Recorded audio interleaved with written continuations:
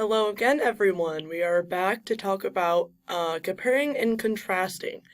So, what is comparing and contrasting, and how do we do it? What is comparing? When you compare, you're finding similarities between two things. Like, if you were told to compare yourself with a friend, a similarity might be how you and your friend both have brown hair.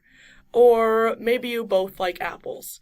As you can see here in this little picture, there's an apple and an orange, and the orange saying, well, we're both fruit.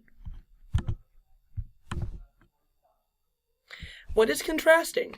Contrasting is finding the differences between two things. If you're to contrast yourself with a friend, you would say that a difference between you two is that you might like to play piano, but your friend likes to play tuba.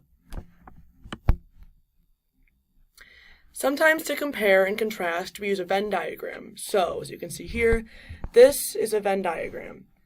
So on this side, we have pizza, ice cream, and both. So this middle section here is always going to be used for both. The outer circles are for contrasting. The overlap is to compare. So here we have pizza it's a meal, it has cheese, dough, sauce, and it's hot. Ice cream has many flavors, a bowl, a cone, and it's cold. But they both have toppings, you can eat it with your hands, and it's nourishing. So look at Olaf and Frosty here.